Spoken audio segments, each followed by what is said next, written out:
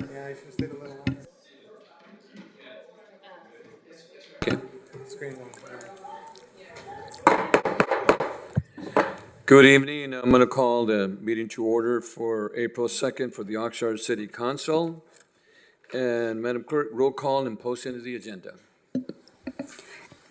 Councilmember Madrigal, Here. Councilmember Turan, Here. Councilmember Basua, Here. Councilmember Valenzuela, Present. Councilmember Perillo, Here. Mayor Pro Tem McDonald, Here. Mayor Zaragoza. Here. We have a quorum, and the agenda for this meeting was posted in the City Hall Bulletin Board on March 22nd, 2024. And my understanding that during the meeting, Councilmember Turan is going to be participating remotely from his following location: the Moxie Marriott Phoenix in Tempe, Arizona. And we also have Councilman Basua from she's also from the city of Guanimi. Okay, so opening ceremonies. Mr. Mayor, if I may, we need Go ahead. to, under Government Code Section 54953, subdivision F2, Councilmember Basua is being remote because she has the need to appear at her place of employment, which is another jurisdiction, and that gives her the right to participate via Zoom as long as she is visible verbally and on video. Thank you, Ken. Okay, our next item is opening ceremonies, and please join us in the salute of our flag, and Mayor Pro Tem is going to lead us in saluting the flag.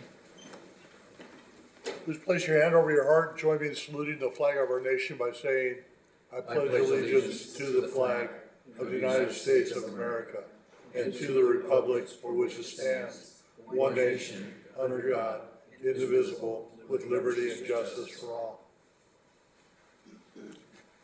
Okay, thank you, Mayor Pro Tem. And now we have, our next item is ceremonial items, and we have about three items that we're going to have today. But to start off, we have a presentation proclamation designating the week of April 7 and 13 Library Week, and we have our librarian, I think, in the audience, and Kathleen Ashmore coming up. And bring your crew with you, too. If you, okay.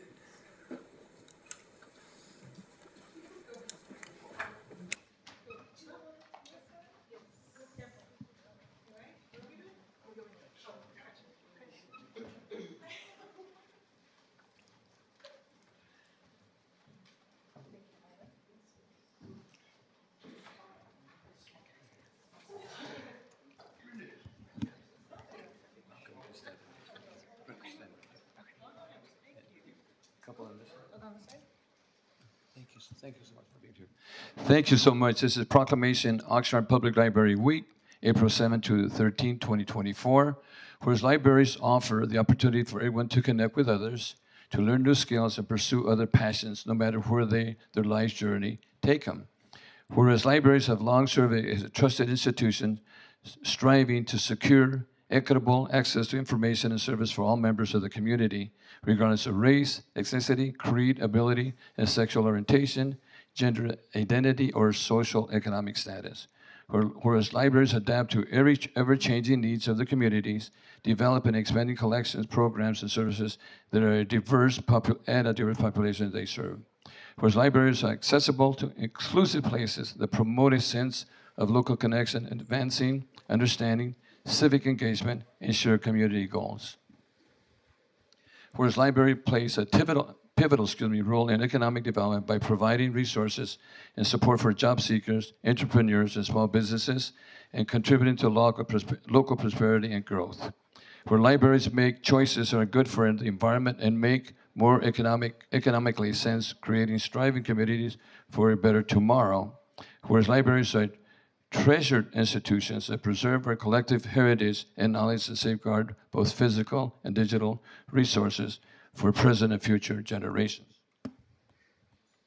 Where libraries are essential public good and fundamental institutions in a democratic society working to improve society, protect the right to educate, literacy, promote free exchange of information and ideas for all.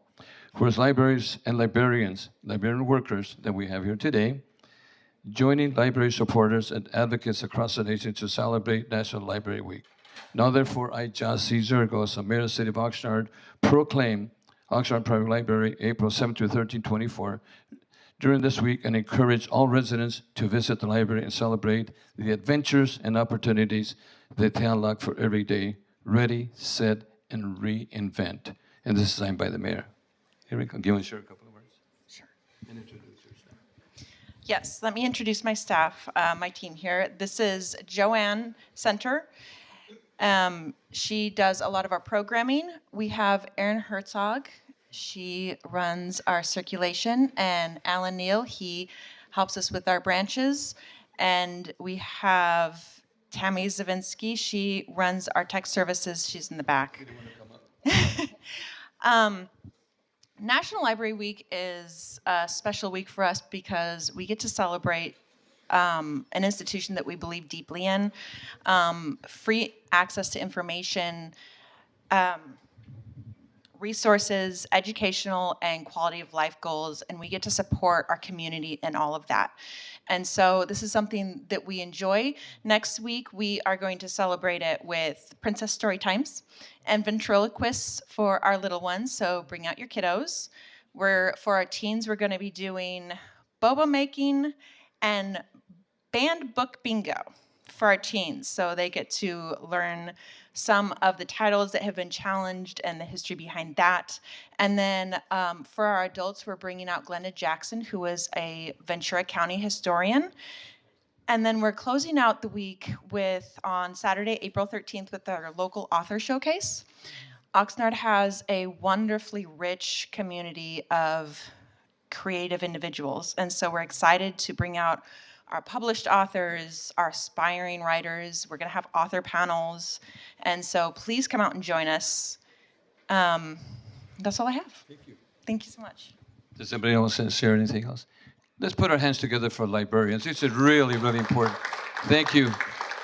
It's really important that libraries are so important for all of us. And in fact, a lot of libraries are going digital too, which I think is important for the community. Some of the libraries that I've in the county understand are going digital, and they also eventually lend out laptops. You want to share something about that? Yes. As we continue and start to rebuild and reinvent the library, the digital library is definitely something that is really important in today's society. Digital resources such as Learning Express Library, which allows you to do test prep, whether it's a GED or a nursing or an ASVAB, you can go online and for free study those tests, or books, or checking out laptops, or if you access to the internet and computers is a really essential for job application, resume building. So that is a very important part of the public library in today's world. Thank you. Thank you. And again, Mrs. Ashford just joined us how many months ago? Almost 3. Almost 3 months. Put your hands together one more time. And thank you so much for the library. Thank you. Thank you for coming back. Thank you. You can go. Thank you for coming back. Thank you. Thank you. Thank you so much. Okay, our next item that we have is a presentation of proclamation designating the month of public safety dispatchers, and we have a couple of folks here that I want to call up. I think let me see. I think we have Police Chief Denise Morehouse and also Fire Chief Guthrie coming up. Mayor Pro Tem, help me out with this. Let me see. Let me give you this.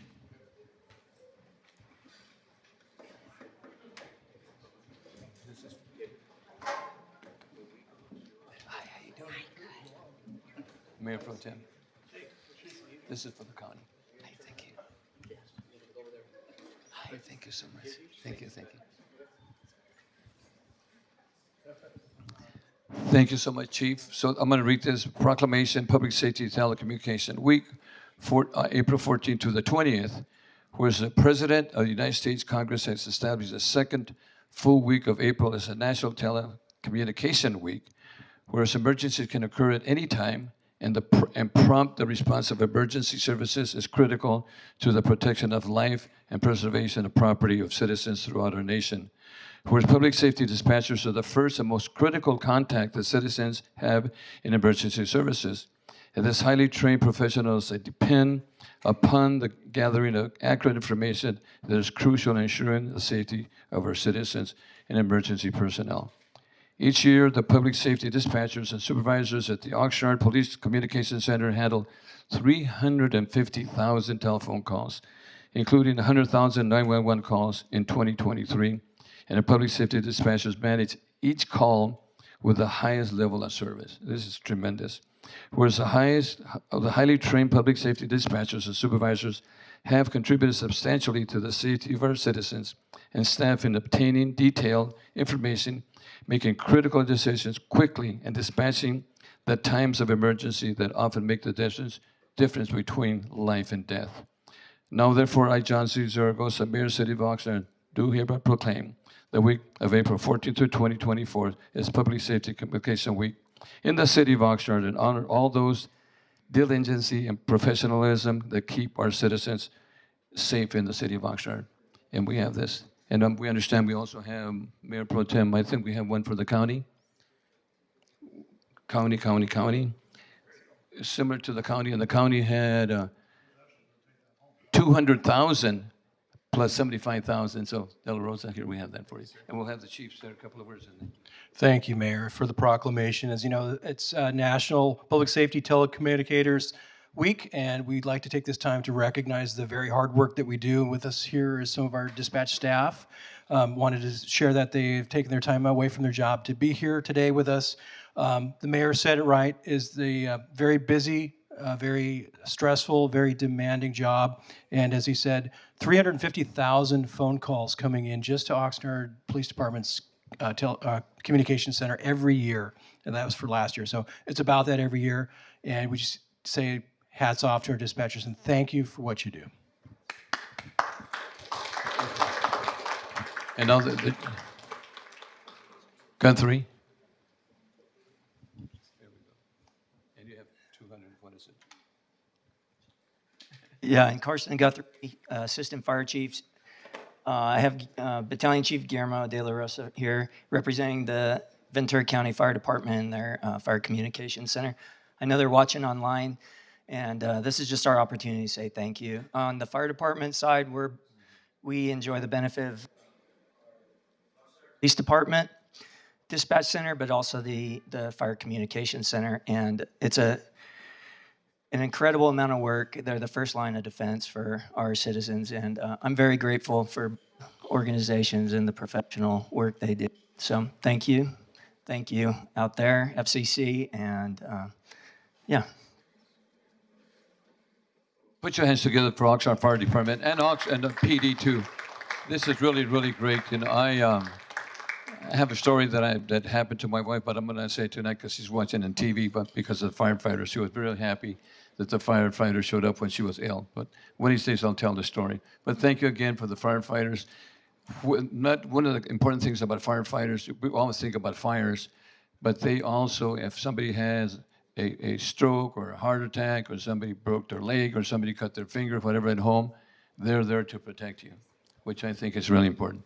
And on the other side too, with our police, somebody's trying to break in your house or your car, whatever, 911 is extremely important. So first responders, thank you so much for police and fire. Put your hands together for them. Thank you so much. And one last thing I got to say too, Chief. My understanding that dispatchers go through a lot of stress and a lot of work but they save lives, and what they marked on and how they do and where that person is extremely important. I just agree with you 100%. They are the first point of answering in public safety. So that's where it all starts. Thank you so much. And one of the things that we had promised to before, when we're getting our fire truck, we ordered the fire truck 5 years ago. When's it coming? We have several. We have several on order. I think 5 engines in the truck, and we have several showing up this summer, and then a few a little bit later. Thank you so much. Put your hands together for public safety. Thank you. Thank you. Thank you so much. Thank you. Thank you. Thank you. Thank you. Thank you. Absolutely.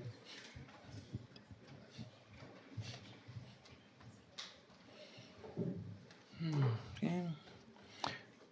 Okay, our next proclamation is a presentation for designation the month of Fair Housing Month. And we have, let me see, we have a young lady by the name of Cami Pinsek.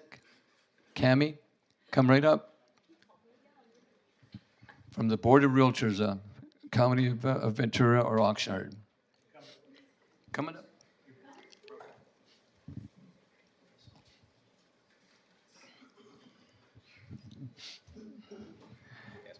Hi, Cami. Am I pronouncing your last name correctly? Yes. Oh, come in. Okay, here we are. We have a proclamation Fair Housing Month, April 2024. Whereas April 10, 2024 marks the 56th anniversary of the passage of Fair Housing Act, Title 8 of the Civil Rights Act of 1968 as amended, which enunciates a national policy of fair housing without discrimination, encouraging fair housing opportunities for all.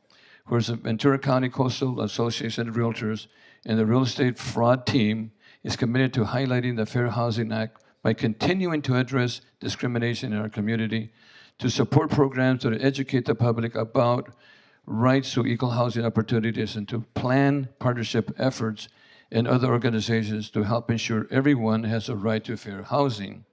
And whereas the National Association of Realtors Code of Ethics commits all realtors to provide equal professional services without discrimination based on race, color, religion, sex, familial status, handicap, sexual orientation, gender identity, and national origin. Now, therefore, I, John C. Zerkos, the Mayor of the City of Oxnard, do proclaim the month of April 2024 as Fair Housing Month in the City of Oxnard, and ask all residents of our community to join in reaffirming our obligations to commit fair housing opportunities and civil rights for all. You'd like to share a couple of words? Thank you so much, Mayor Zaragoza. My name is Cami Pinsack, and I am here representing Ventura County Coastal Association of Realtors. 56 years of Fair Housing Act. You know, while the process of finding and buying a home has certainly changed, certainly a lot more paperwork, it's generally been for the better. But more than 50 years after the passage of the Fair Housing Act, discrimination persists, and many communities remain segregated.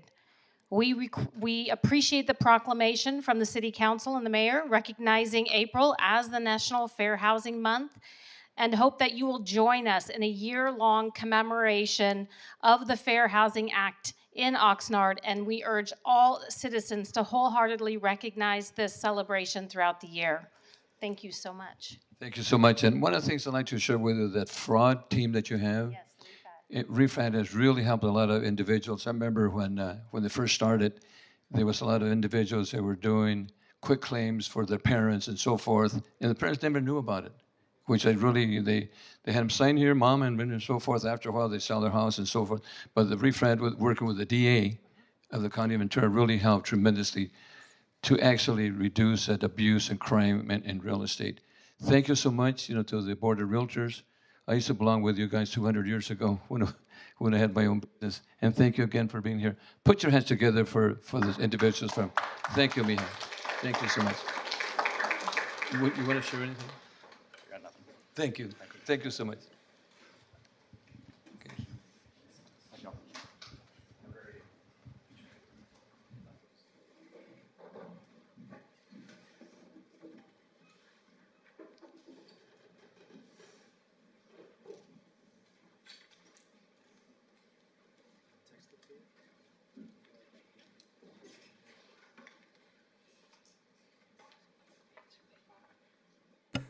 Okay, thank you so much, and I think the three proclamations are really important with library, public safety, and especially our dispatchers and also the Board of Realtors. Thank you again for coming in. Thank you so much.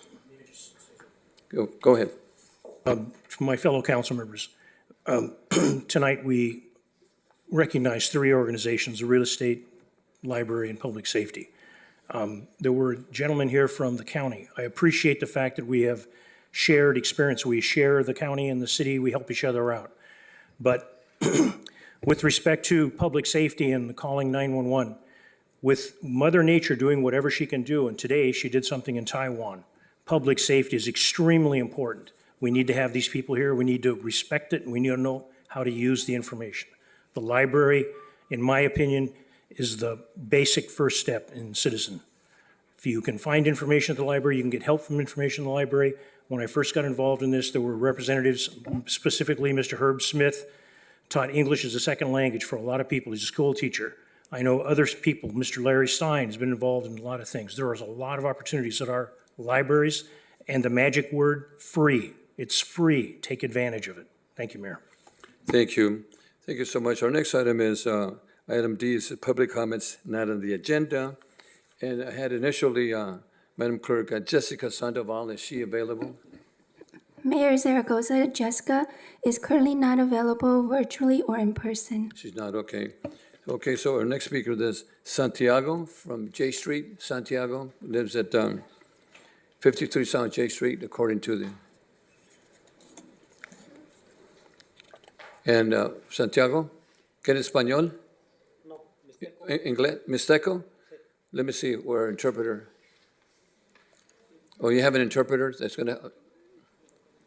¿Qué nos va a ayudar? In Spanish? So interpreter, can we come up? We'll say it in Spanish and then in Mixteco.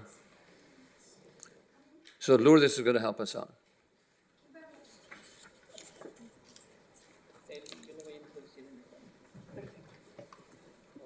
Hable bajito y yo repito en inglés lo que usted diga. Go ahead, Santiago.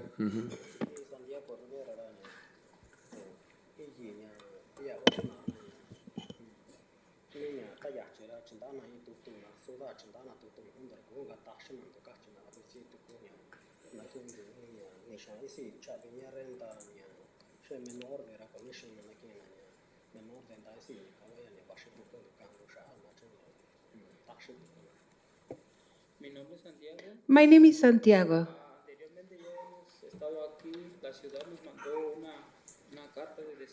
We have been here before and we got an eviction letter from the city. They said regarding the evictions had been stopped. So we went to pay the rent today. We were told they do not accept money orders and we're not allowed to be there. For us to contact their attorneys, because they cannot do anything else anymore. They're giving us another apartment which is more expensive. Okay. We didn't sign those 5,000 that they gave us. They said there's no problem, but what they're saying now, and what we're concerned about is that they sent us this letter, and they are not accepting our money orders.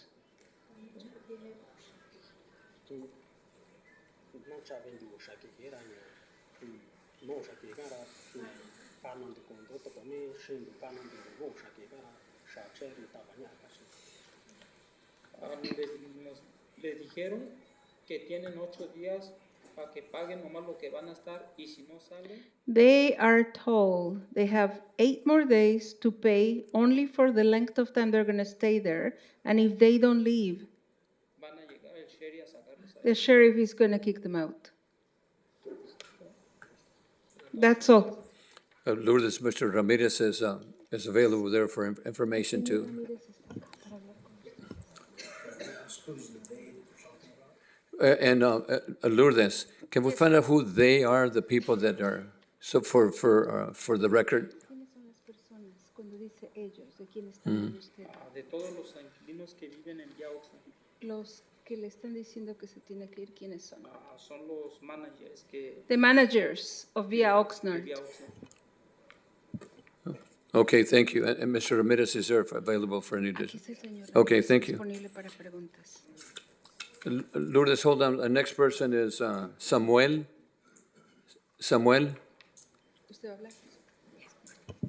Mi nombre es Samuel Salazar My name is Samuel Salazar. y hoy mi esposa fue a pagar la renta My wife went today to pay our rent. y dijeron los managers que ya no pueden agarrar la renta hoy The managers have said they cannot accept her rent. y anteriormente nosotros ya recibimos una carta de ustedes que pararon de We had received a letter from you in the past saying the evictions had been stopped. y le dijeron a mi esposa que busquemos otro lugar My wife was told to find somewhere else, o ellos tienen otro apartamento desocupado or that they may have another apartment which is va a vacant, ser 2,000 y más los biles but it's 2,000 plus all the bills. si en caso que no lleguemos en un acuerdo And if we don't reach an agreement, que podemos hablar con su abogado de ellos they say we could talk to their attorney para ver cómo quedamos con los apartamentos. to see what we do about the apartments. Y pues aquí estamos otra vez. And here we are again. I'm here De Vía Oxnard. representing all the tenants of Via Oxnard. Les doy las gracias, sería todo. And I'm thanking you. That's all. Gracias. Okay, our next speaker is Marisa Martinez. Hello, everyone. My name is Maria Navarro. Close, Mayor Zaragoza. So, good evening, everyone. Mayor Zaragoza, City Council, and staff. We've come here tonight to bring again the attention to the case of Via Oxnard Apartments, which you are all aware of. We want to update you with the latest development in the last 2 days. The tenants you see behind me are the hardworking tenants of the Via Oxnard Apartments. We came here back in January and then again in January 25th for an emergency ordinance. And they've come here in a very, very short notice due to their continued situation. And first, let me preface by saying that we thank City for your continued action. City Council has acted swiftly and directly to address this issue and voted for an urgency ordinance 2 months ago, whereas city staff, especially the housing department, the legal department, code enforcement, has followed up with their case and issued a strong letter on March 19th, which is what the tenants were talking about right now, which showed that the termination notices are indeed in violation of the existing ordinance. We're here because we are angered by the actions of the property manager and the owner who, fully knowing the city's position, are completely disregarding the housing department's letter. The management company has, as was explained before, been telling some of the tenants that the sheriff is going to come April 7th. That's illegal. No one can come in April 7th. That's when the termination notices ends. That's not when an eviction ends. That's, yeah. But some of them are telling them that they can move into another unit, but not at the same rate, which directly contradicts the letter sent by the housing department. So we are here today to highlight these tenant stories and experiences, but also to make sure that the city is aware of this, what this landlord is doing. Now, when we talk about bad actors, this is what we're talking about. We mean this type of landlord who has the means to follow, has the knowledge that you all gave them, understands what is going on, and still tries to harass the tenants, well knowing that the termination notices are invalid. And we are not only angered by that, but we're angered by their emboldened to their arrogance to intimidate, coerce, and blatantly disregard the laws which govern the city. That's disrespectful, and it's not only disrespectful for the tenants who are sitting behind me who go to work every day in the fields, but it's disrespectful to you all, to the work that the housing department and the city of Oxnard has done, to the work that the lawyers have done, and the work that you, City Council, has put in place, because this is your ordinance. Thank you, Maria. Thank you. Is Marisa? Mayor, can we ask, what's the name of the management company and the owner of the property? Maria, what's the name of the manager? I think we have that. Can we public hear it? The name of the manager and, The company's name is TV Oxnard Bliss LLC. It's also CGI Plus Investments, and the management company is the same. It's owned by TV Oxnard Bliss. It's the same parties. Yes, I believe so. thank you, Yes. Maria. Thank you. Yes, is Marisa Martinez here? Marisa?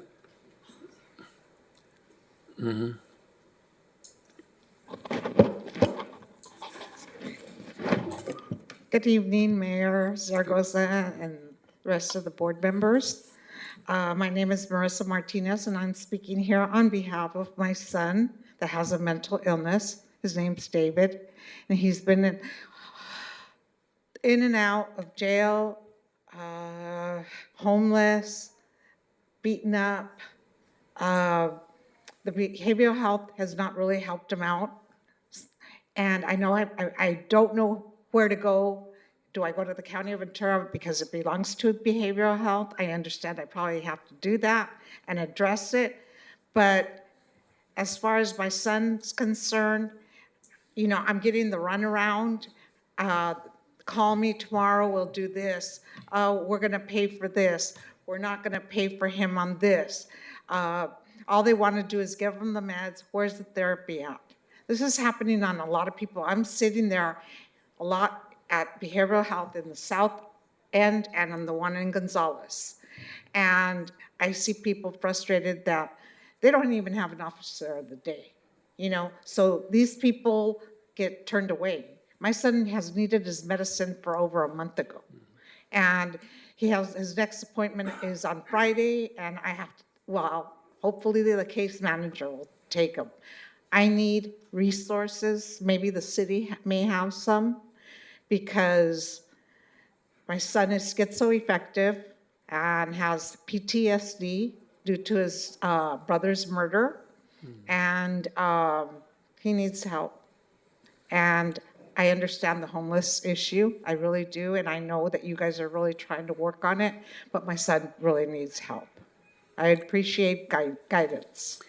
Thank you, Marisa. Before I give it over to Perella, you can talk to Supervisor Lopez too over at the county, and also then you can make contact with behavioral health. And I understand that Matt Levere is also the chair of the behavioral health board, you know, just for information. Matt Levere. Matt Levere? Matt Levere is he's the first district, and then Supervisor Lopez is the fifth, which is Yes. your district. Yes.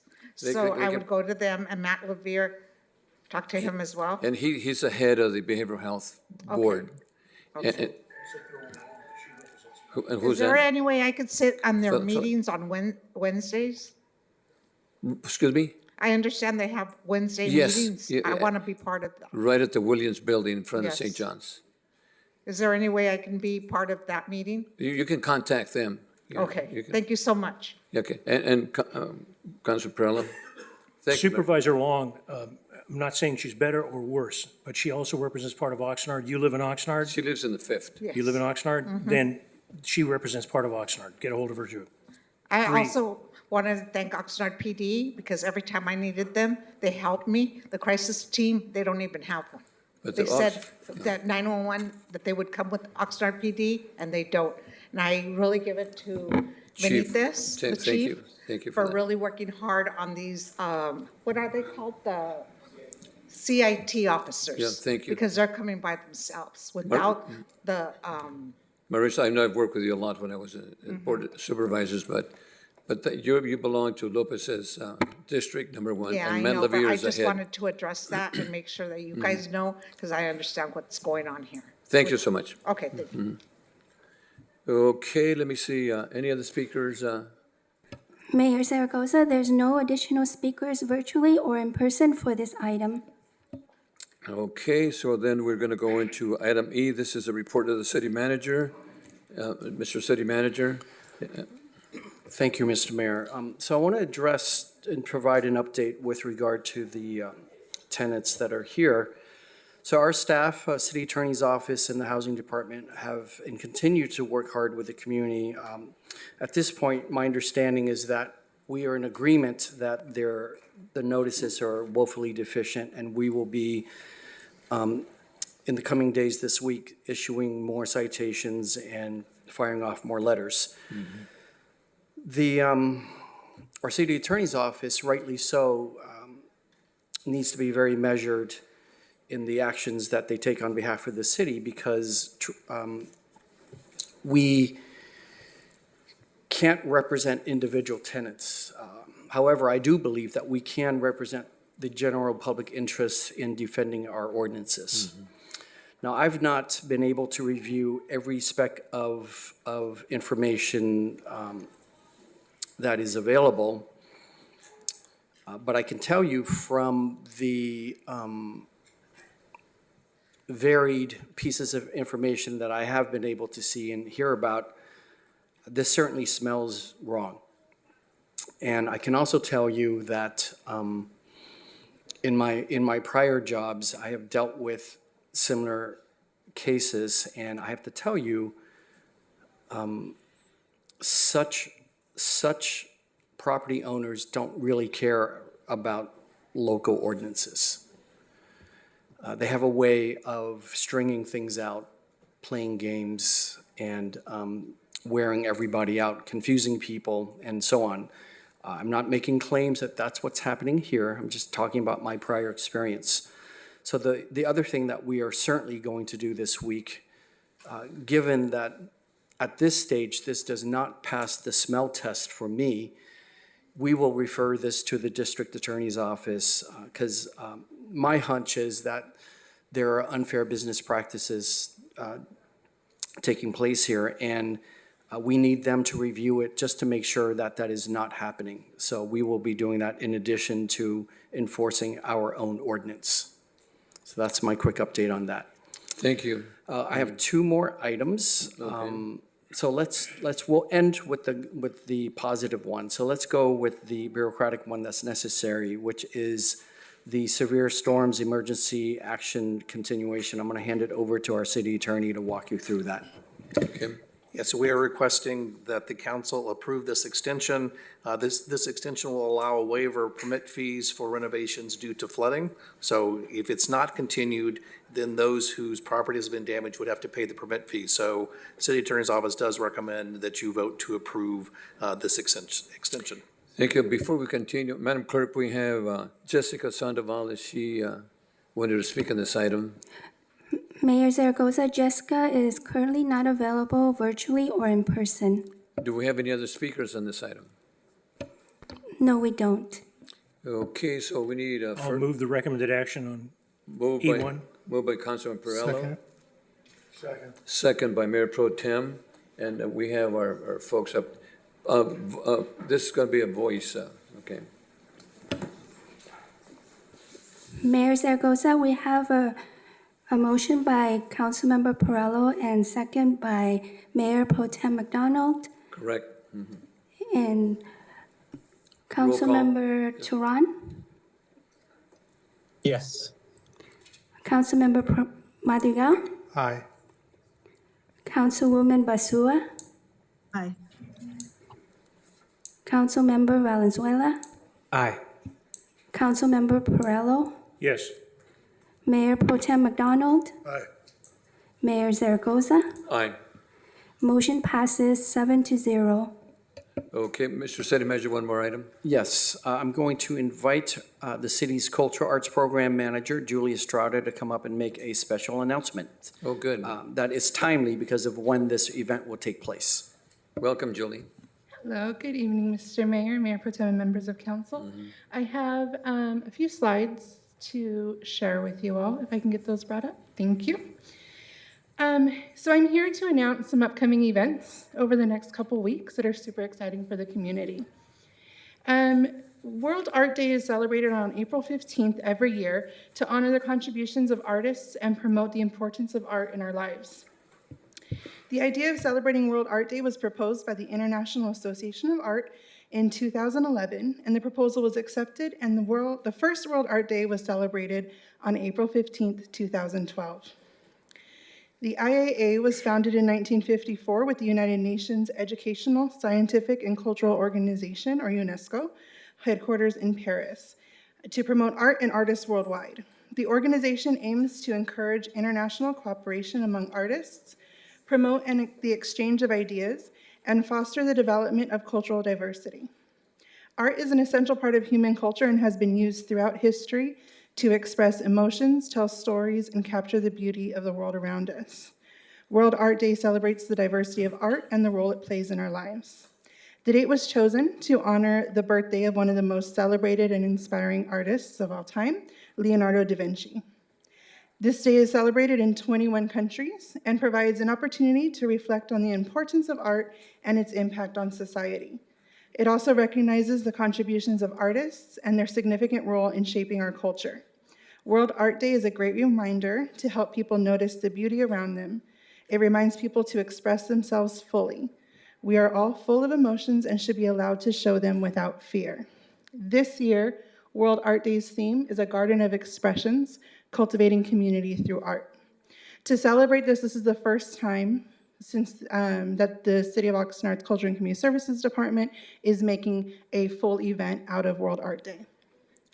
To celebrate this and kick it off, we're starting with our mini mural programs on April 13th and 14th, right here in the parking structures. All members of the community are welcome. You do not have to be an artist. You just have to want to participate in art and be art. Okay. Following that, on World Art Day, in our libraries at 4 o'clock at South Oxnard branch, as well as our main branch, they'll be having art activities for the community, as well as a teen art show. Our senior centers at Colonia and Palm Vista at 10 a.m., at Wilson at 10:30, and at South Oxnard Senior Center at 12 p.m. They will be creating recycled plastic bottles. They're making flowers out of them, so they're going to have their own art project related to the theme. And then additional community programming, our special populations will be celebrating at 5:30, painting birdhouses, and our City Core program on that day will be constructing garden boxes and creating art pieces out of them. We're going to wrap up all of our World Art Day programs with our annual art gala on April 18th at 5 p.m. at the Oxnard Police Activities League Gymnasium. We are adding a high school art competition component, so if there's any high school students who want to participate, you can give the Recreation Office a call at 385-7995 and we can get you signed up. Thank you so much for your time, and I hope to see everyone celebrating World Art Day with us this year. Thank you so much. Those are good programs. And the other programs are all ages? Based on the areas, our senior centers are for our senior center populations.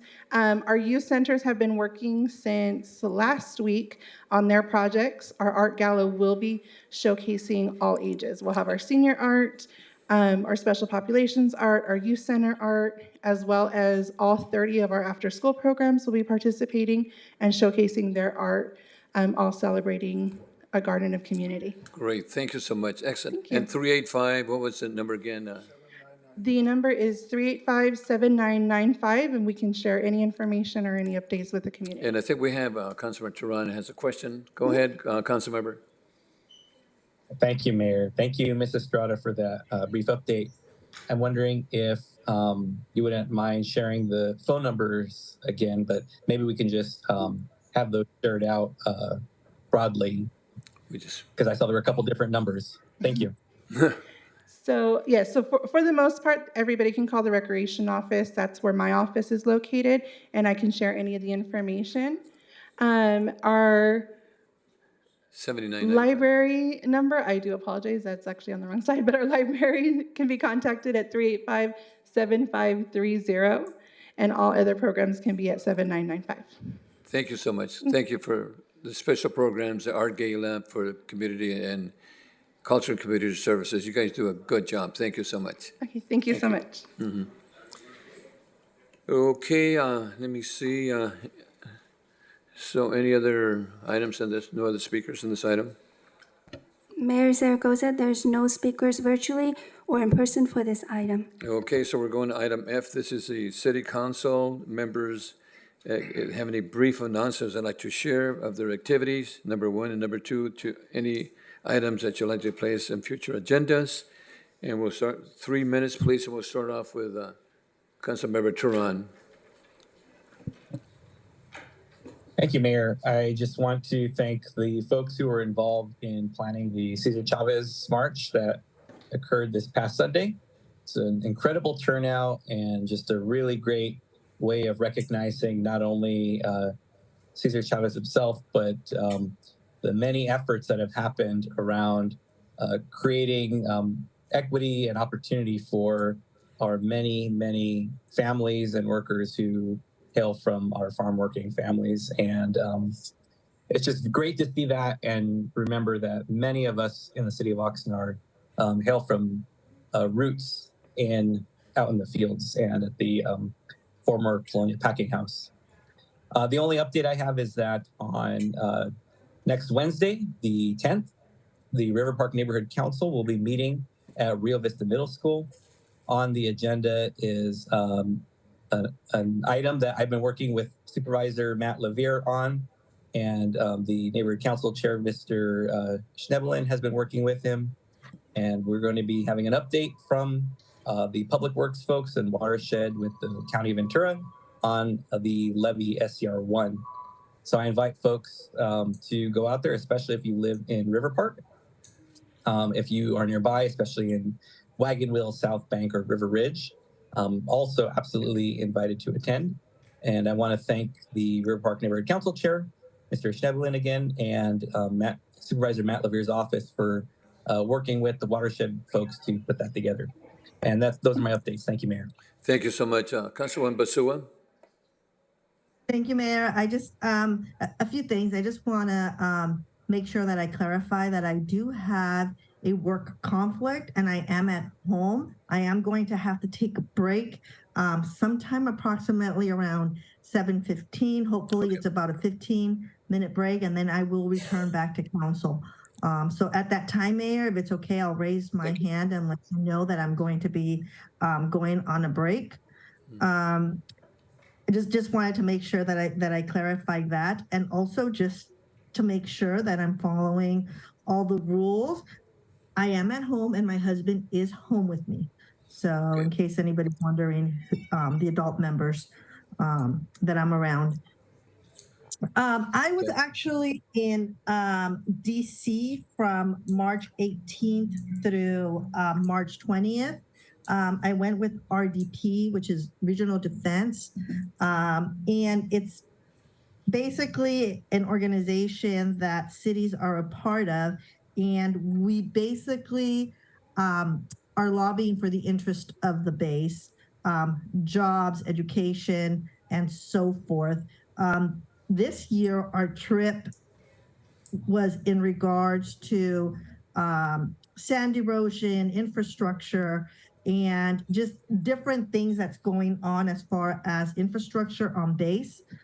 So it was actually pretty neat experience for me to attend. I got to go into the Pentagon, which I've never probably will ever have that opportunity again. But I really enjoyed the trip. It was very educational. And that's all I have. Thank you. Thank you. And just to add a little bit too, I used to belong to our DP 21.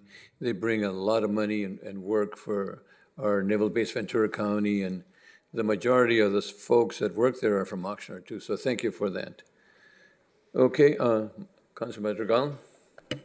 Thank you, Mayor. I'll just keep it short. I want to thank everyone who, again, like Councilmember Terran said, organized the Cesar Chavez March this past Saturday. It's a wonderful turnout. It's a great thing that is done in the Colonia community every year. And it's a nice afternoon, and I want to thank everyone who was a part of it and anyone who gave, so that I believe 2 scholarships were given to future college students. So thank everyone involved with that. Thank you. Thank you. Mayor Pro Tem. Thank you, Mr. Mayor. The first week of almost every month is my transportation week. So tomorrow I'll be sitting on the Gold Coast Transit District Board. And Friday will be Ventura County Transportation Commission. So if anybody's interested in anything transportation-wise, those are the meetings to come to. And in May, we will be having the LoSAN Board meet at Gold Coast Transit District. It's a rotating meeting because our district goes from San Diego to San Luis Obispo. It's a pretty wide district. So I would invite anyone to, has any interest in any type of transportation to partake in those meetings.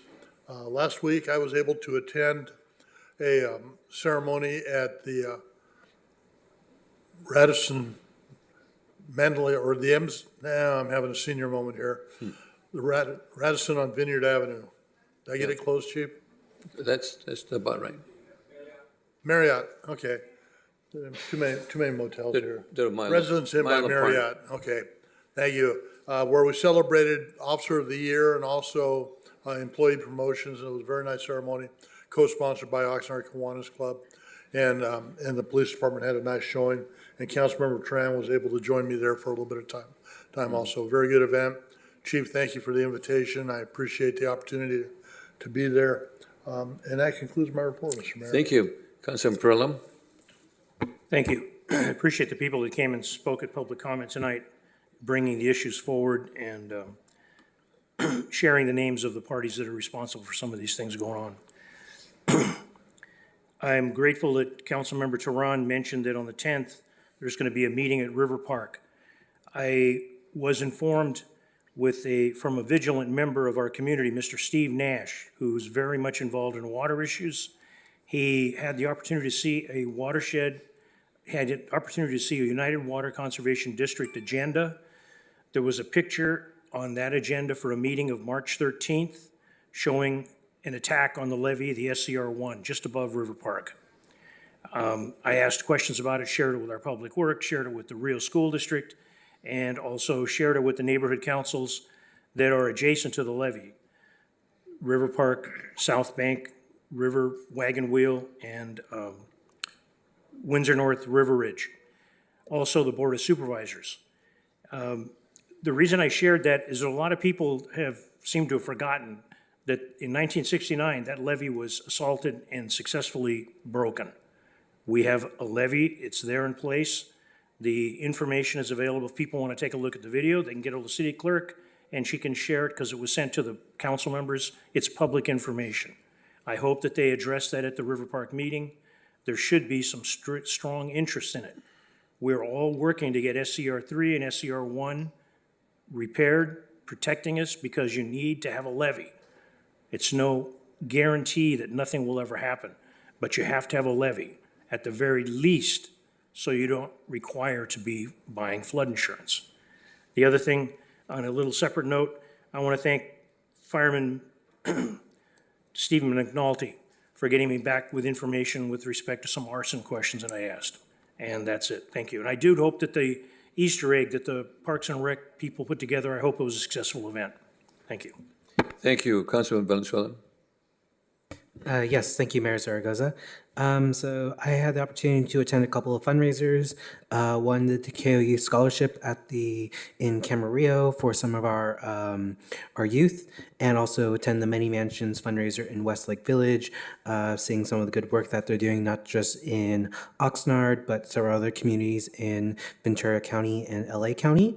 And this past Wednesday, I was able to attend the Fentanyl Town Hall event taking place at Pacifica High School.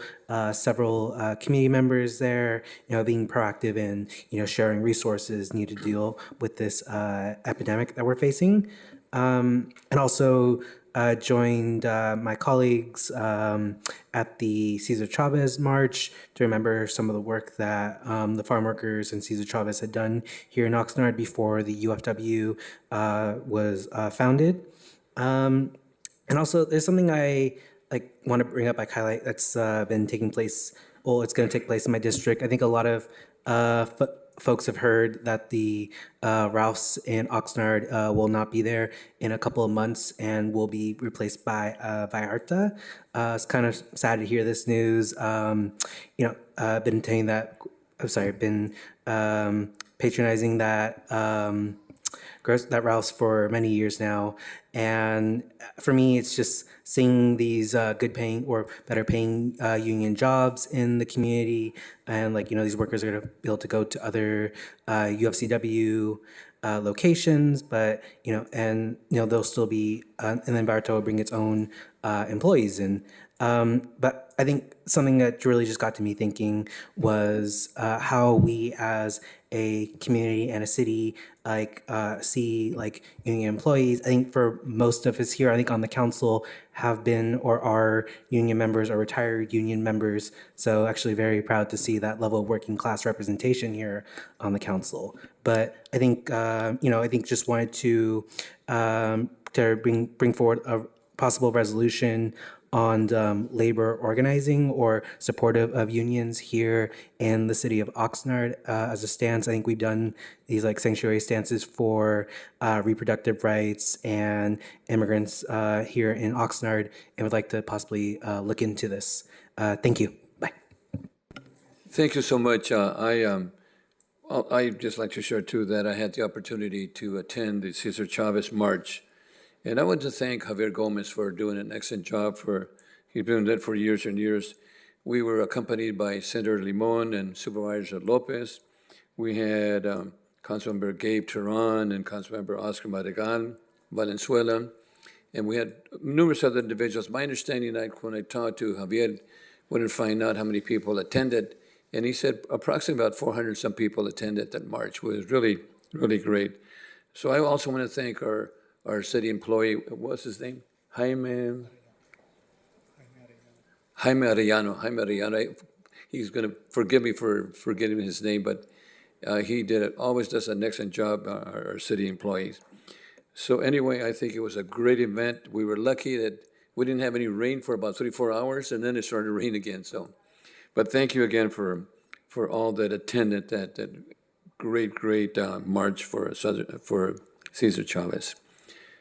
Okay, our next item is the review of the information consent item. And we have 2 items to the city clerks and also item number 2. Council members, any questions on this? Or any speakers, first of all? Mayor Zaragoza, there's no speakers virtually or in person for this item. Okay, if not, we need a motion in this item. Councilman Pirelli, number 3, go ahead. I'd like to make a comment on number 2, the Duncan Engineering. This went to the Public Works and Transportation Committee meeting. It states in this agenda that it hadn't gone there at the time, but it did. And this is for very specific purposes of the Mandalay seawall, capital improvement projects. There's diving involved, engineering know-how. A tremendous amount of stuff is going to be going on, and it's one of the first cogs in getting this thing. It was approved.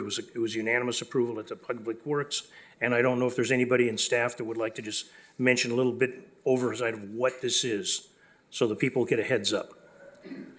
Okay. And our new engineer, Morgan, and Mr. Morgan. I forget your last name. Good evening. Kessler. Mr. Morgan, my apologies for calling you the other name the other day. Go ahead. Mayor, I hadn't even noticed. I've been called lots of things over the years. So except late for lunch. You're a chief engineer, that's what you are. So thank you. Can you give us a little briefing of exactly what this item is for the public? Yes, thank you very much, Councilmember Perello and council members. What this contract we're asking you to approve will cover is basically condition assessment and on-site, structural assessment and public management and public outreach tasks associated with the seawall projects. So, we have in the works a pilot project, which is looking at the basically, we're looking at 2 different pilot techniques to address seawall reconstruction, repair in one location at the seawalls. And what this contract does is it includes, Duncan Engineering will be doing seawall monitoring, like Councilmember Perello mentioned. There'll be divers out there, going underwater, looking at the condition of the seawall, assessing its condition and making recommendations as to which repair technique is appropriate for that section of seawall. Like I said, they'll be doing a structural assessment, and once they make their recommendations and construction's underway, this Duncan Engineering will be doing project management duties while the construction's going on and public outreach efforts as well. Thank you very much. Thank you. Thank you, Morgan. Excuse me, Mayor Zaragoza. We do? have one virtual speaker. Okay, let's go ahead.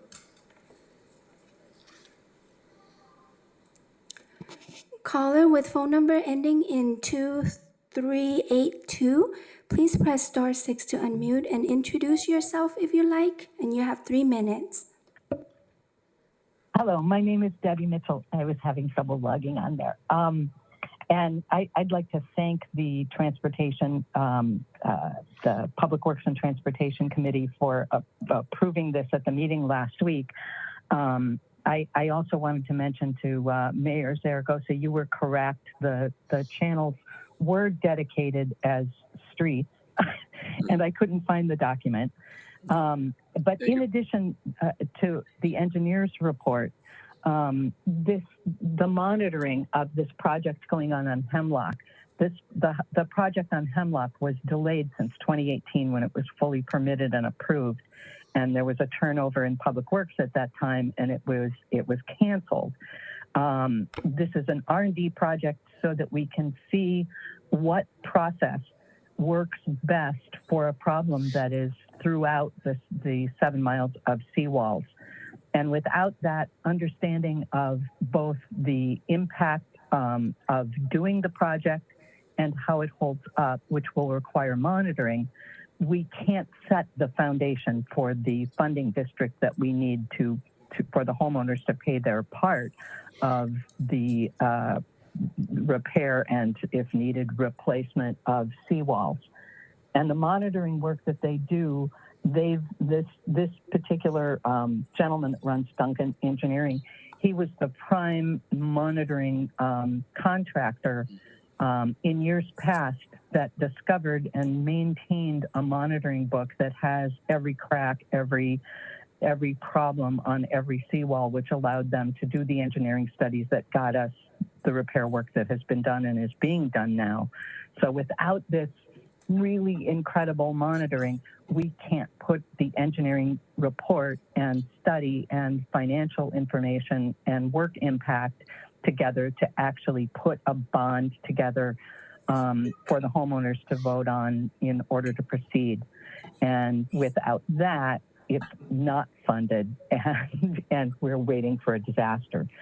So I really understand that making moves from $100,000 from the general fund into something like this may look exorbitant, considering everything that's on the plates of the city. But this is truly moving towards something that would make a huge difference moving forward. So I appreciate this on the agenda and beg you to approve and authorize this contract with Duncan Engineering. Thank you very much. Thank you for your comments. We need a Thank you, motion? Mr. Mitchell, and Mr. Kelsler, thank you very much. I make a motion to approve these two items. Moved by Councilman Perrella. Second. Second by Valenzuela. Madam Clerk, roll call. Mayor Zaragoza, we have a motion by Councilmember Perrello, second by Councilmember Valenzuela. Correct. Okay, Councilmember Turan, Yes. Councilmember Madrigal, Aye. Councilwoman Basua, Yes. Councilmember Valenzuela, Aye. Councilmember Perrello, Yes. Mayor Pro Tem McDonald, Aye. Mayor Zaragoza. Yes. Motion passes 7-0. Thank you so much. Thank you. Okay, our next item is, this is a public hearing, April 2nd, 2024, City Council, item J1. This is a time and place set for a public hearing, item J1. Subject is 2020 Annual Action Plan Amendment, Community Development Block Grants CARES Act. The recommendation is that City Council, number one, conduct a United States Department of Housing and Urban Development public hearing regarding the fiscal year 2020-21 Annual Action Plan Amendment CARES Act. Two, approve the fiscal year 2020-21 Annual Action Plan Amendment CARES Act. Three, authorize the city manager and his designee to incorporate the amended grant allocation into the 2020-21 Action Plan CARES Act, and authorize a budget appropriation to fund the administration and projects. Four, authorize the city manager's designee to execute the required documents to submit the 2021 amended Annual Action Plan CARES Act to the United States Department of Housing, Urban, and Development. And five, authorize the city manager and his designees to execute all agreements necessary for the implementation of the Annual Action Plan CARES Act amendment.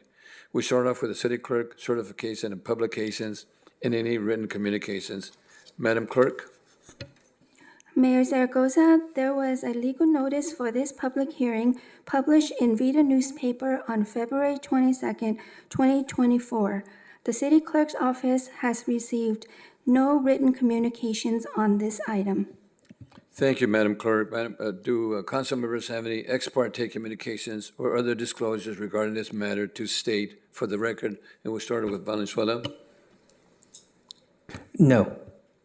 Perrella? No, I have had none. No. None for me. No. Tehran? None. Basua? No. Thank you.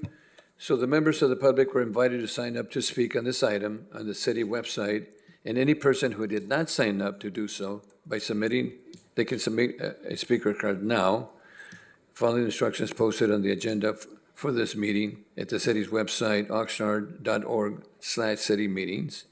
The Housing Department posted a video presentation regarding this item. It's available for any answers or any brief clarification questions council members may have before we take any public testimony.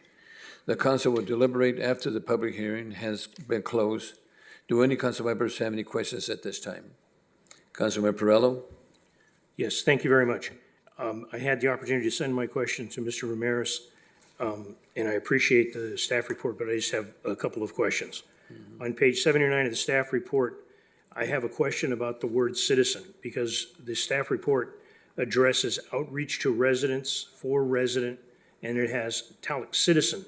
And I'm wondering, is that a legal definition? Do they have to be citizenship? What does that mean in this so that I get a clear understanding? So that when somebody asks me, as happened last week on a separate matter, what does that word mean in this context? In this context. Are they citizens or? It's an unfortunate choice of HUD semantics. They call it the Citizen Participation Plan. Really, what it really means, it's asking for the drafting of a plan that allows the constituency that would be benefited by the funds to comment on the use of those funds. So residents of the city of Oxnard, anybody who lives within the city of Oxnard, have an opportunity to comment on the use of the CDBG fund, of the HUD entitlement grant funds. So it does not mean that only citizens would be able to comment, citizens of this nation. It does not mean that you have to be a citizen in order to have an opportunity to comment. Thank you very much for that.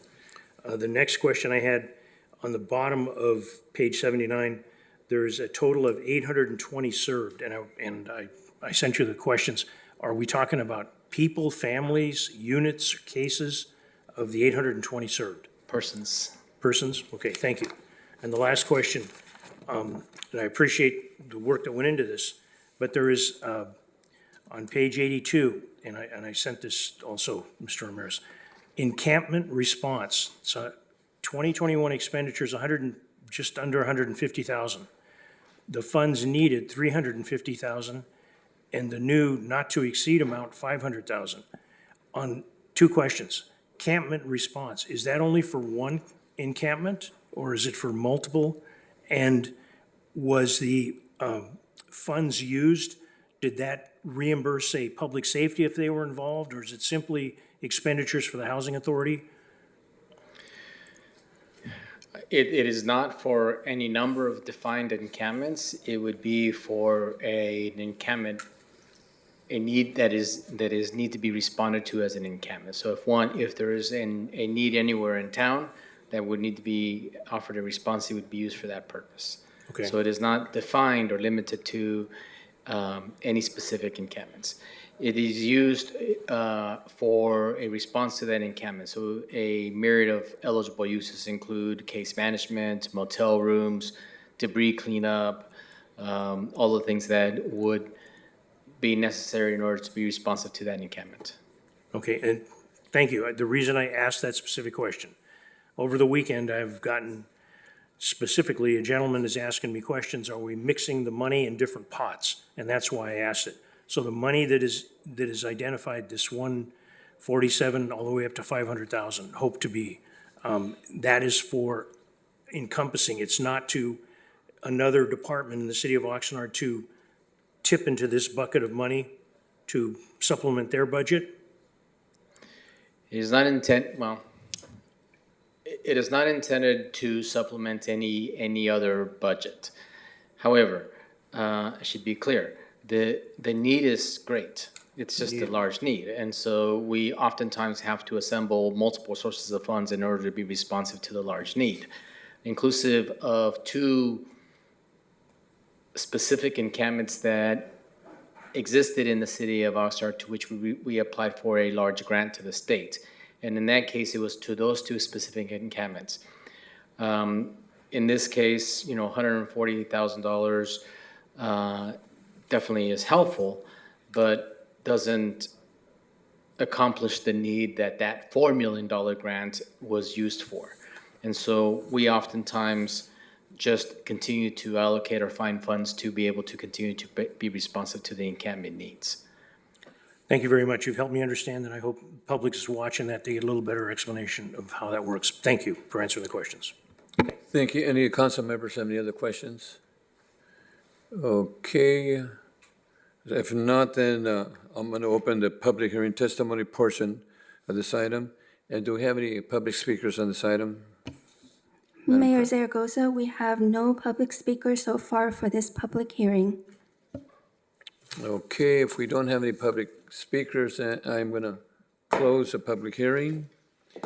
And now, does any council members wish to make any additional comments at this time? If not, I'll entertain a motion. On this. I move the recommended actions by city staff. Okay, got a first by Councilman Valenzuela. Second. Second by Councilman Madrigal. Roll call.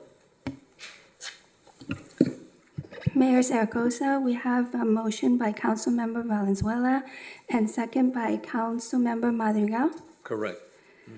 Councilmember Teran. Yes. Councilmember Madrigal. Aye. Councilwoman Basua. Yes. Councilmember Valenzuela. Aye.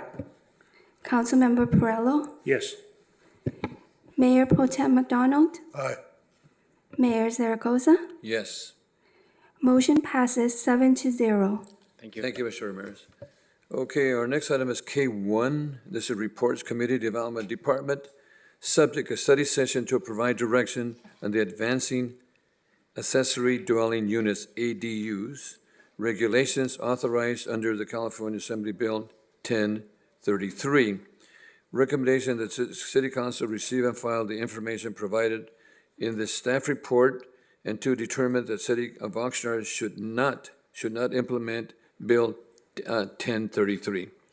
The Community Service and Public Safety and Housing Development Committee approved 3-0 this item on March 12, 2024. And this is a pre-record item under Measure M. And we do have Mr. Jeff Pengelly for additional questions. That council members, we have Councilor Venezuela. Yes, thank you, Mayor Zaragoza. So this item actually, I don't think I've ever been so torn on an item that's come before us so far. I think, watching the staff video and doing plenty of research, talking to different folks on this bill. And I guess generally from what I've talked with staff and from listening on this, it's like a lot of this regarding this bill, AB 1033, and its implementation is all speculative. Like, we don't know what's going to happen in the long run with the idea of kind of minimizing ADUs into the city of Oxnard. And I guess, it's just happy that this bill gives our municipality local control, permitting ADUs to be treated like condos. And I guess, for listening from the committee videos, at this time, there is no mandate to implement this bill. There is, there's no time restraint for us. Like, we have to have this done within like 3 to 6 months or so forth like that. And I think at first, my first fear with this was the idea that like increasing this housing stock would like potentially just be bought up by a lot of real estate corporations, raising the prices and not actually serving our communities. But I think when I look at it though, I think it also pretends the benefits may outweigh the potential risk, because we don't know, because it's all speculative, because I don't know if there's actually a market buying out ADUs right now and doing this. But I think I could see like a lot of people benefiting from this, potentially benefiting from this, if they were aware that if a family that has potentially paid off their home or close to paying off their home could develop an ADU and, potentially sell it to their own children or family friend, or even a older couple who may want to develop an ADU so they can move into it, and have their children and grandchildren move into that the full property house or so forth like that. So I think it's like in the long run, I think the benefits may outweigh the cost of it. And I think I see there's a conversation about the property tax, it will take a while for us as a city to get that back in terms of staff time.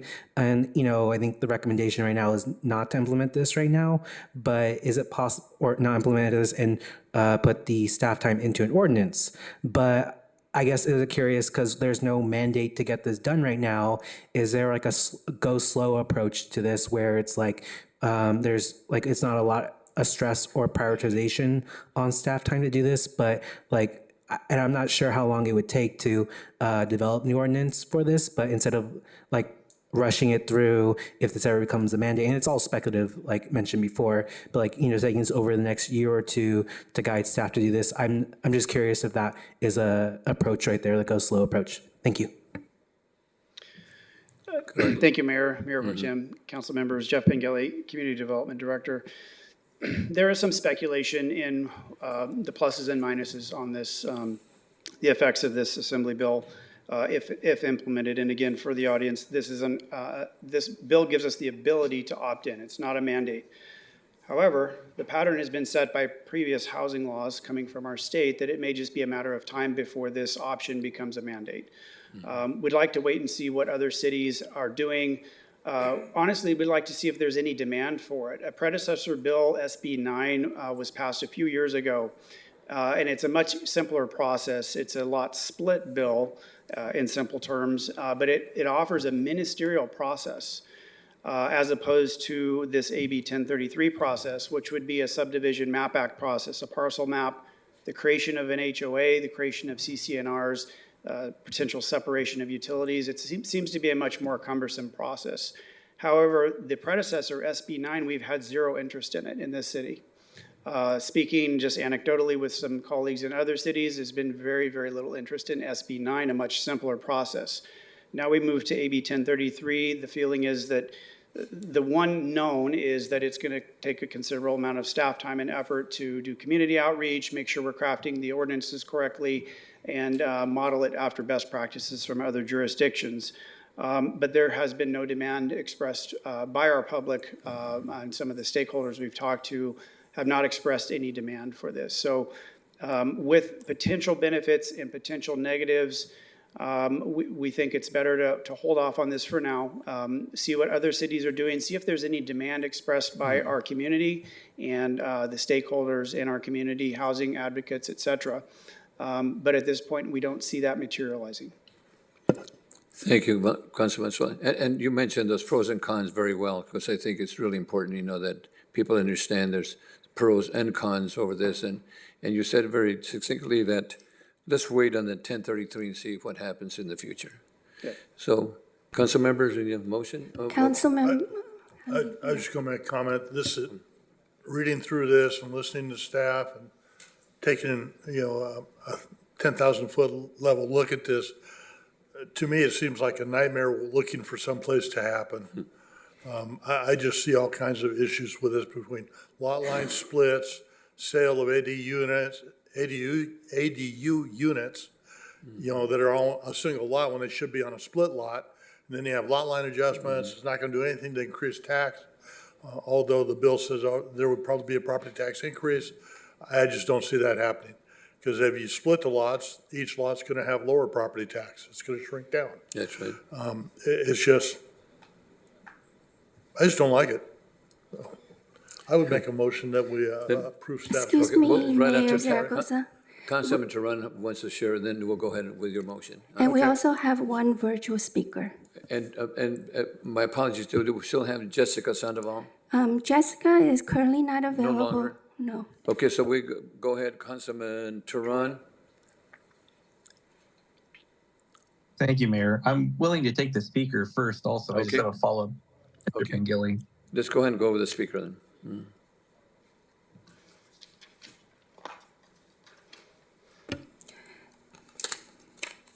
Speakers with phone number ending in 9665, please press star 6 to unmute and introduce yourself if you like, and you have 3 minutes.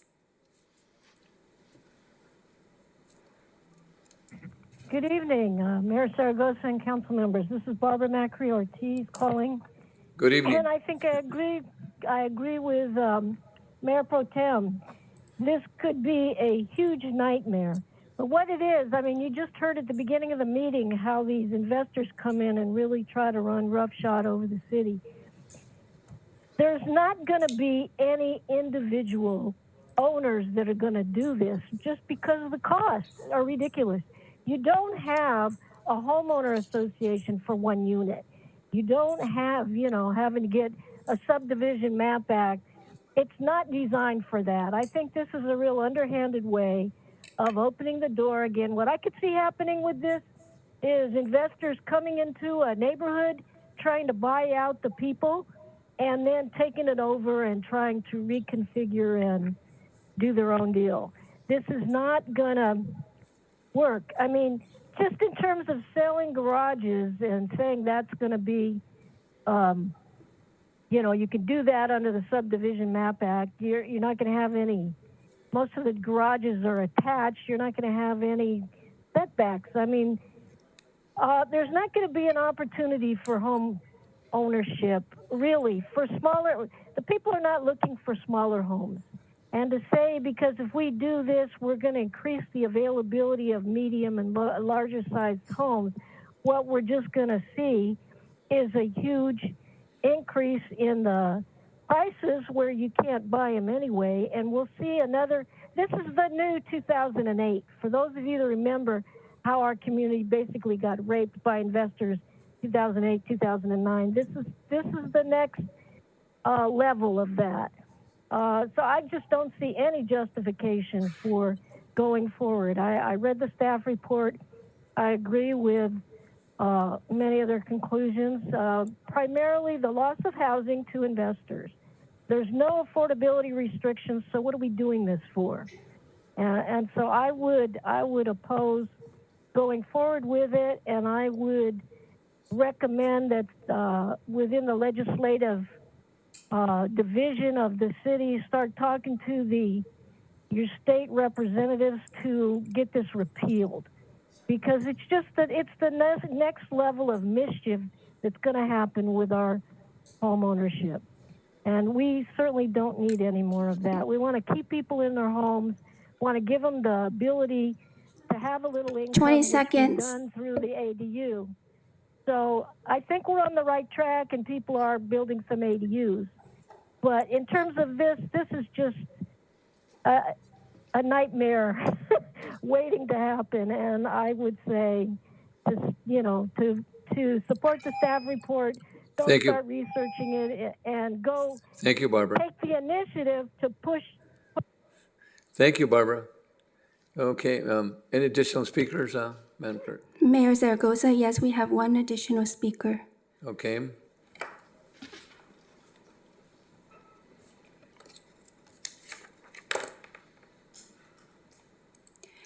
Debbie Mitchell, please press *6 to unmute, and you have 3 minutes. I won't take the full 3 minutes. This is Debbie Mitchell again. And I completely agree with the first speaker's position and the staff report that there are untold potential problems with this, and the expense just does not make sense. So I just wanted you to know people are listening out there. Thank you. Thank you. Any additional speakers, Madam Clerk? Mayor Zaragoza, there's no additional speakers virtually or in person for this item. Okay, so we Councilman Turan, followed by Councilman Basua. Thank you, Mayor. Just a quick follow-up question for Mr. Pengilly and then a quick comment. Mr. Pengilly, earlier in your response, you referred to us waiting to see what the demand looks like. Just for the benefit of the public, when we say demand, are you referring to the potential for homeowners to have the desire to sell their ADUs as condos and the demand of buyers to purchase ADUs as condos? Is that what we're referring to? Yes, Councilmember, we have a lot of interaction with the draftsmen and homeowners building their ADUs. So we have a lot of conversations with them and industry members, realtors and others. So it's somewhat anecdotal, but we would start to hear that feedback. And the first place to go for anyone interested in subdividing or exercising this or finding out if this has even been implemented would be to contact our planning division. And we just haven't received those kinds of inputs, either casually, anecdotally, or through direct calls asking and inquiring about this from the public. Great. Thank you very much. Okay. I do want to give credit to Mr. Pengilly and Mr. Pearson and their team for the comprehensive presentation and staff report on this. I tend to lean toward the reasoning that Mayor Pro Tem had, as well as our two speakers from the public. And I may be a step down from that, but I certainly would be cautious about this. My main concern being that on paper or in intention, it may seem like this is one option or pathway to homeownership for folks who wish to either downsize or get into a first home that they can call their own. However, given what history has shown us in California, especially and in this region,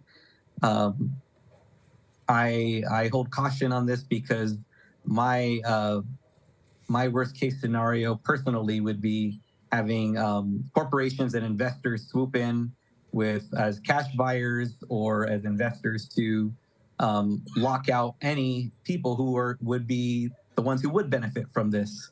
And now we have this whole new commerce of ADUs being bought and sold as condos or purchased as a rental investment for corporations or others. And then we're right back where we started, but on a micro scale with ADUs, almost like these two concurrent housing systems that our Oxnard residents are locked out of buying into. And so that's my personal worst case scenario that I think we need to be very cautious about mitigating. And I agree we should wait and see how this plays out in the jurisdictions, or if this ends up getting amended or even superseded by something else at the state legislature. And again, as was stated by Ms. Macri-Ortiz, the lack of affordability restrictions and the impacts to our inclusionary ordinance are incredibly concerning to me. And I think we should be incredibly cautious with this. Again, for the benefit, even though it may seem counterintuitive, for the benefit of those who we wish to have opportunities for affordable housing. So those are my comments, Mayor. Thank you. And thank you again to our community development. Thank you. Thank you. And Councilman Basua was going to be off for a little while, so I know she had her hand up, but she's going to put her hand up, and she says it's going to be off for a few minutes. Any other, Councilor Perrello? Yes, I also do not support this, but I have some questions specifically on page 157 of the staff report. It gives a little history of what the city has done. And, and I'm reading directly off the staff report. The number of ADUs permitted in Oxnard in 2020 was 129, which is more than double the number of permitted units in 2019, which was only 50. In 2023, 167 were submitted for construction plans review. 191 were issued building permits, and 73 units were constructed and occupied. My question, because of neighbors questioning about Quimby funds, and what do? We're bringing more residential units in a neighborhood. Are these ADUs required to commit Quimby funds to the accounts that those neighborhoods would hold?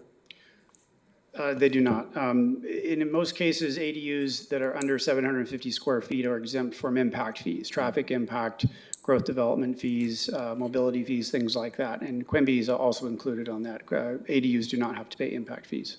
Okay. And then the second question is for the attorneys, probably. If this legislation were to go through and these condos were to take, what do you see happening when the people that buy these condos come back and they want to have access for a vehicle to get to their condo? When these were permitted, there was no access beyond what the original home had. Do you see that simply being in the hands of future council members to decide?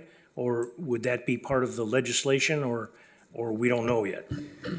That is the issue with the whole ADU process, because the state, in its infinite wisdom, has chosen to preempt the city's regulation that requires adequate parking. So it's the city attorney's office agrees with staff's recommendation, but if the council were to approve to allow this and these ADUs were subdivided, then there would be no parking.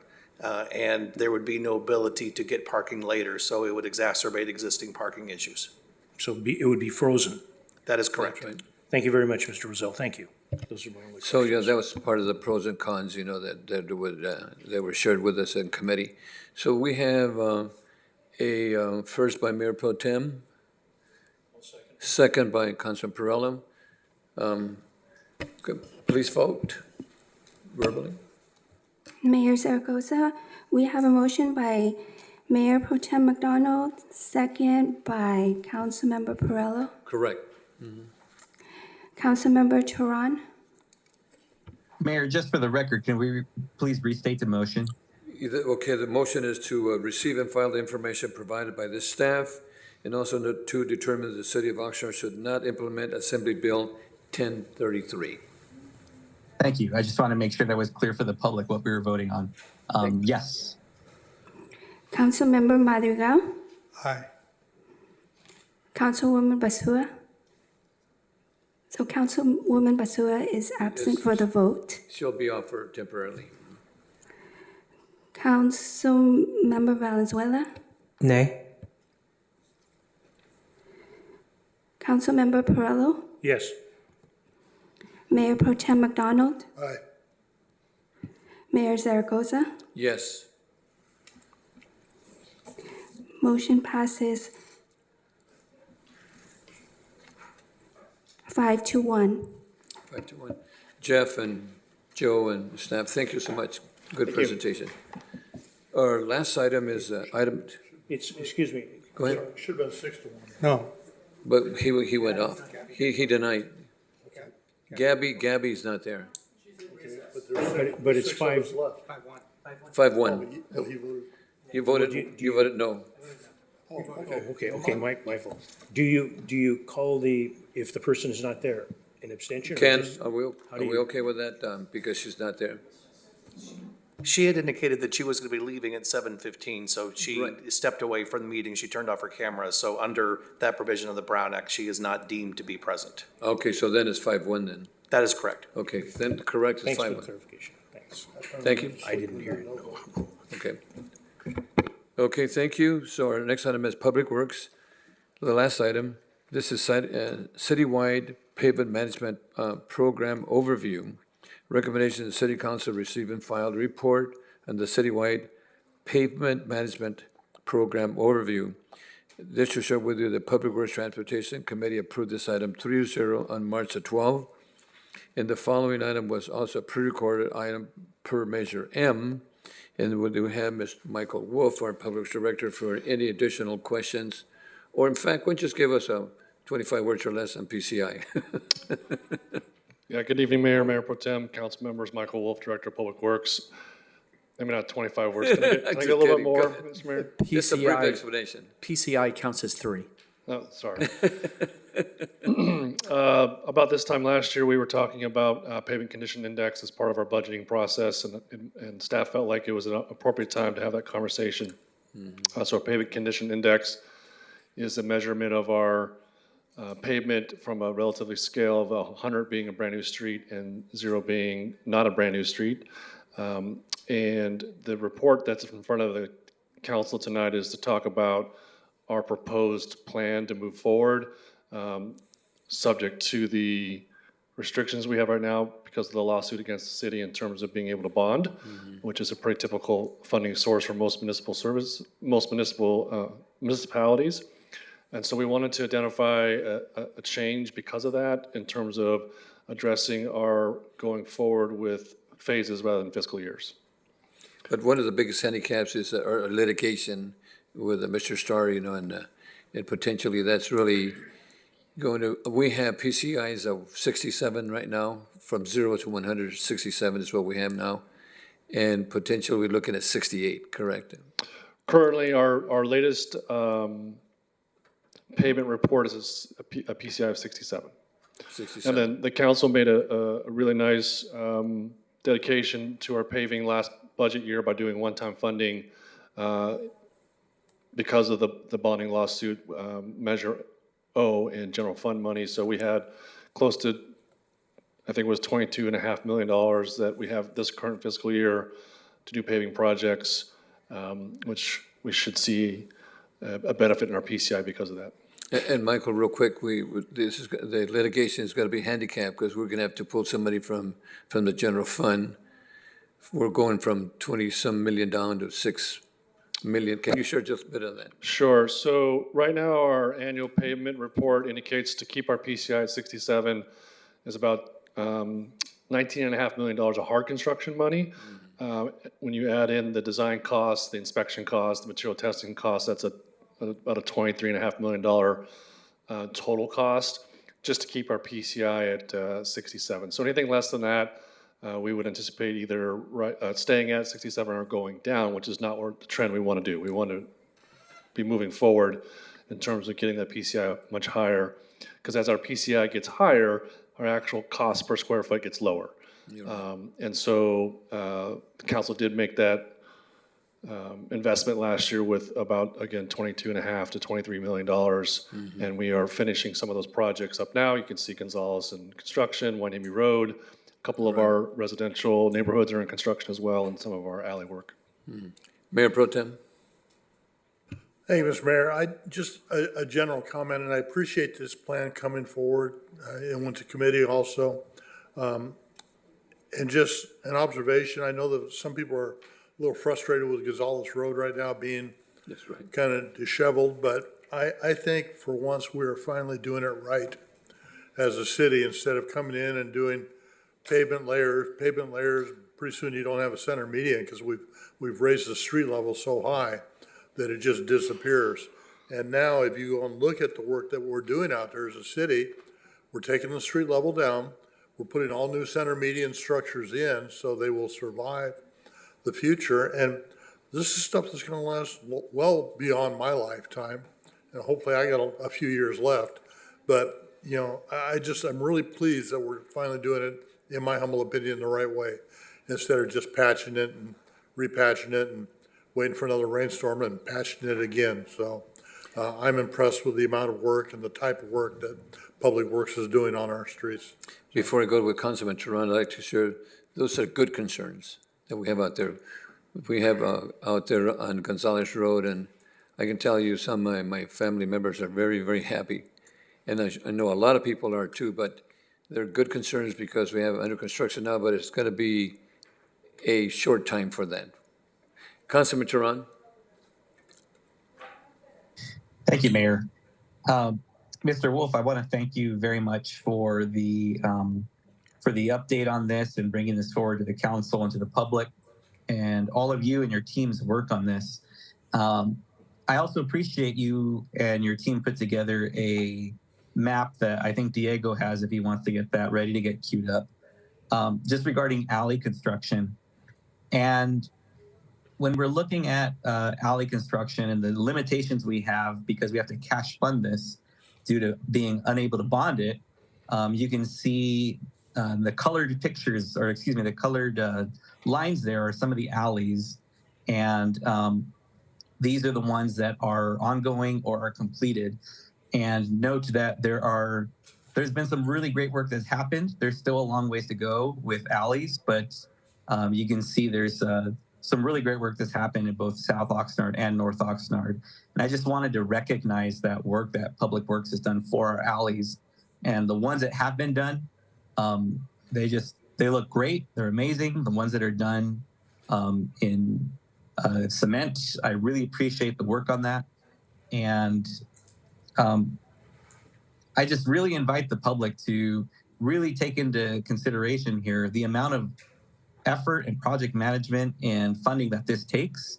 And even with the limitations, the major limitations we have because of this bonding lawsuit from Mr. Starr and his political corporation moving Oxnard forward, we still are getting this work done, even though it's at a much slower pace than we had originally anticipated. Real quickly, Mr. Wolf, if you could, I'm wondering if you wouldn't mind just touching on the cost per square foot and how that's risen significantly over the last few fiscal years. I don't know if Diego can zoom in on that bottom left box there that lays some of that out about price per square foot. Yeah, that's it right there. Is there a way to zoom in on that so it's larger on the screen? I don't know if Diego can do that, but I can explain it. There we go. You'll have to pan down a little bit, Diego. Keep going. There you go. Thank you. So, if, Alex, if you can slide the cursor to the right a little bit, the right, it's that yeah. cost per square foot right there. So what we're doing here in that parentheses is we're doing a cost per square foot of, and these are alleyways that are done with concrete. Our current ongoing project, which was bid a couple months ago now, is about $24 per square foot. And if you slide the cursor down, you can see the other costs per square foot. So in fiscal year 16-17, that cost per square foot was less than $10. And in fiscal year 22-23, that cost per square foot was about $15. So you can see those prices are increasing. Now, this is a rough estimate. Not every single scope of work is the same for those projects, but this gives you an idea when you look at the total cost per square foot for a project, those costs are going up. And I'll say that there's lots of things that go into that. Sometimes it's the competitive bid process. Sometimes it's the cost of material at the time of bidding. So a lot of things can go into that. But this generally trend, and we've mentioned this before when we brought several projects to council in the last couple of months, the trend is that our cost per unit prices are not going down. Okay. Yes, thank you for that, Mr. Wolf. And would you say that although this graphic is highlighting alleys, that this cost increase translates to regular roads as well? For asphalt work, that is correct. Great, thank you. Well, the price may be different. It has increased, it sounds like. So, well, thank you for all this information. And I appreciate Mr. Kessler and you and your team putting this together again. The cost per square foot, that's really key. I hope that the members of the public can see that and see that not only does the cost go up the longer you wait and you defer maintenance on a road as it exponentially deteriorates over time, but also even the preventative maintenance cost is going to go up with labor and materials and other things going up. So this is just going to be an ongoing challenge we're facing. And again, exacerbated by the fact that we couldn't do the amount and the speed of work we wanted to do because, again, of the bonding lawsuit. One last question, and maybe this is for the city manager. At the Finance and Governance Committee, we had a speaker who, made some really important points, and I really respected what he brought forward. But he also brought forward a comment around, we can't really blame this on one person. The bonding lawsuit. We can't blame the roads not getting fixed at this pace due to one person. I have my thoughts on that, but Mr. City Manager, I think you might have spoken to that briefly at the Finance and Governance Committee. Would you mind sharing your thoughts on that as well, if that's accurate, or why we're focusing on this bonding lawsuit so much? Sure, I'd be happy to. I think you're referencing the Finance and Governance Committee, and I think those are public comments made here in person by Mr. Lavery. Right after he complimented our staff, by the way, so it wasn't all bad. So his general comment was, hey, don't blame Aaron Starr for this. And my response was, it's not about blaming anyone. It's nothing personal. It's just stating the facts. So this bonding litigation really, really hampered us in our ability to do what all cities and counties and state governments across the nation get to do all the time. I mean, just the last I checked, just a few months ago, there was $70 billion worth of major bonds throughout California.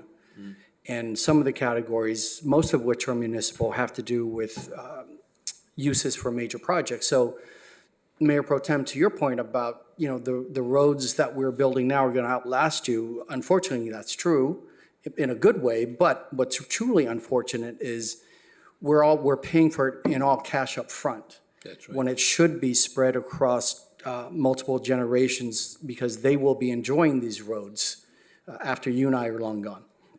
So there's a best practice there that we're not able to access. And it also comes at the cost of all the other things that we are not able to fund because we're paying cash for the big projects.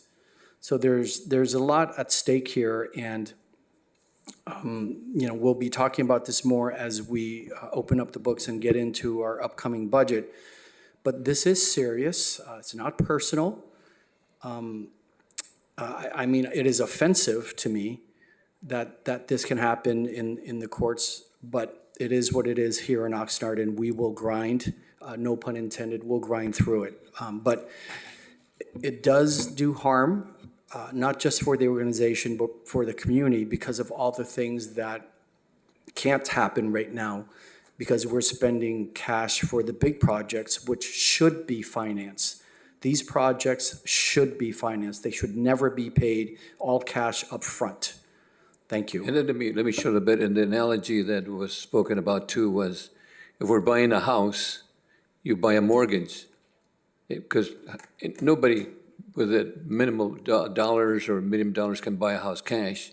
And we're doing the same thing. We cannot bond for our streets and so forth. That's like buying a mortgage too, So, but we're using cash from the reserves, that now are used for police and fire and other public safety items that we need. So, Councilor Turan, any additional comments? Just one last one, Mayor, and you really kind of hammered it home there, that for folks who are saying that, oh, we're putting this on the credit card, well, again, I've said it multiple times, you don't put a capital expense on a credit card like a house. You don't put a car on a credit card. Cities will finance or bond major purchases or construction projects like this. And, I can't help but, as it relates to this item, our roads and our paving management program, I mean, we're here because we need to move forward. We need to continue with this, given the limitations that we have. And even though Measure N, as in Nancy, was, even though Mr. Starr lost that at the trial court and lost it at the appellate court, I haven't heard much about it from him about it, but that happened. I can't help but think, had that prevailed or had it not been challenged in court, and the thought of Measure N was fix the roads or you'll lose Measure O. But then if we would have done this same path and he would have sued so that we couldn't bond for the roads and we'd have to cash fund it. What was the road to success there in his mind? Because if his measure was going to have us do one thing and yet he was going to thwart that thing we were going to do anyways, like what was it going to look like? So I just have some frustration with that. Yeah. Regardless, we are here. I appreciate our public works staff and our management staff bringing this forward so the public can see where we are, what we're working on, and what the plan is going forward in these phases. So again, thank you very much, and thank you for the extra time, Mayor. Thank you. And Councilman Basua joined us, Madam Clerk, about 7:48. She's back online, just for information. Any additional comments? Councilman Basua, you'd like to share anything on this last item? No? Okay. Mayor Zaragoza? Yes, any speakers? No, we have no speakers virtually or in person for this item. Thank you, Michael and Kessler and the rest of the public staff. This is a receive and file. So, Bert? Yes, I'd like to fill in where Councilmember Tehran left off. The ultimate goal, in my opinion, and he's been extremely successful with it, is to cripple the city of Oxnard. And he's been extremely successful at that. The city hasn't bent far enough for him to be satisfied. He's continually sticking it to the city. And if we've talked a little bit about this, if we get a clarification by the council or legal counsel or the city manager, this particular bond issue legality, can you give us a timeline when there'll be a final resolution to that? Possibly and help the public, because this guy's not going away. He's got every legal right to do it. But in my opinion, he has succeeded in what he wants to do to this point. Tehran laid it out perfectly.